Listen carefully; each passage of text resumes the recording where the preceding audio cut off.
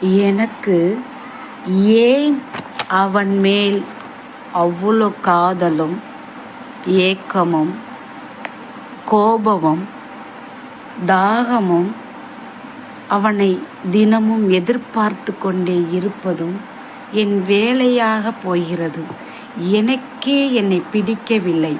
ஆனால் அவன் போடி அப்படின்னு சொல்லிட்டு போயிட்டே இருக்கிறான். காதல். ஹலோ, நீங்களே எனக்கு ஒரு பதில் சொல்லுங்க ப்ளீஸ்.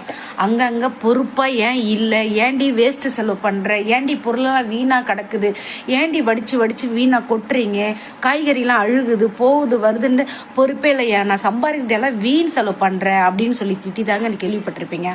ஆனா என் வீட்டுல இங்க மட்டும்தாங்க நான் தாங்க திட்டுறேன்.